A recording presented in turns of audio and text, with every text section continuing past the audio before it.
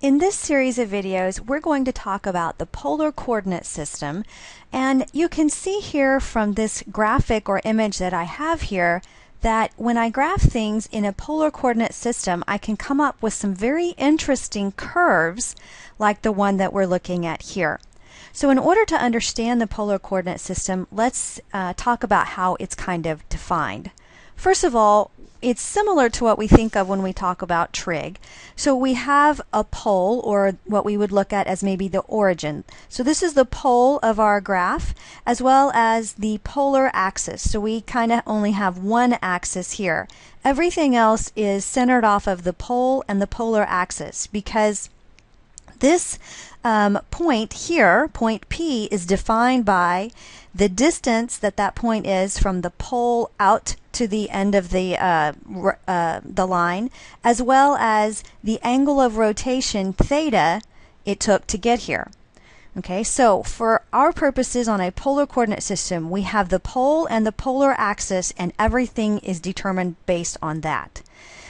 So formally, we can define the polar coordinates like this. So we have the point P, which is given by 3 pi over 4. Now, if I have that, first of all, remember that this value 3 would be the distance r away from the pole, and this right here is theta, or in other words, the amount of degrees that it has rotated away from the polar axis. And this is a picture of a polar coordinate system. It looks like a bunch of rings. I'm going to go ahead and draw the axis on here so we can kind of see it as the polar axis as well as the pole. And understand that when we define our polar axis here, we can scale it off just like we would in a regular Cartesian coordinate system. And I'm going to make it kind of large so we can see this. So this is going to be 1, 2, and 3. So I can scale it like that. In each one of these circles, you can see represents the scale or the movement away from the pole. It kind of reminds me of tree rings as we move further out. So we have a scale on here, and I want to plot the point 3 pi over 4. So when we look at that, if r is positive, if our r value is positive, then the point we're going to plot lies on the terminal side of theta. So in order to plot this, let's go ahead and kind of sketch where the terminal side of theta is. So I'm going to rotate around to pi over 4, and when I do that, I am kind of out here, right? I am along the pi over 4. I have rotated pi over 4 for theta. So this would be the terminal side of my rotation, and now I need to plot the point R, which would be 3 away from the pole. So we're going to count out 1, 2, 3. Remember, that's my third ring, so to speak, along my scale, and this is the point now, P. So anytime r is greater than 0, we move along the terminal side of theta out away from the pole, and that's how we plot that. Now, the rest of this definition over here says, okay, if r is less than 0, then the point I want to plot lies along the ray opposite of the terminal side of theta. So let's see if we can plot this point here, Q. So if theta, again, is pi over 4, so we already have my kind of dotted line here representing pi over 4, then I'm going to go in the opposite direction of pi over 4, which would mean that I'm going to technically come out in this direction here. So I'm going to move 3 away. So I have 1, 2, I have moved 3 away. That's the wrong color I wanted.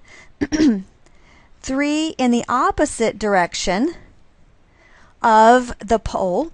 So if this is pi over 4, I'm going to place Q in the opposite direction down here, and this is now the point Q, which is represented by -3 pi over 4.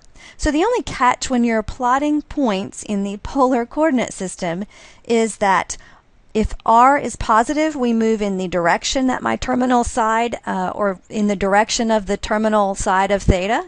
If r is negative, we move in the opposite direction of theta. So let's come down here and let's see if we can plot these 3 points A, B, and C.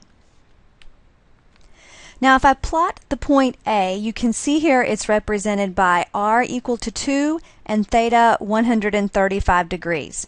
So since my polar coordinate system here is in radian values, I need to kind of mentally change the 135 to radian values, which would be here at 3 pi over 4. So if I know that theta is 3 pi over 4 and r is 2, it's a positive 2, so I'm going to move directly out along the 3 pi over 4 line here, and I'm moving out 2 values, which I'm going to have to curl this around, and I would be here.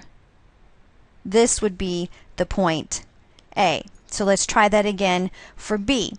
Now B says I'm going to move pi. So theta, I need to move, theta is pi.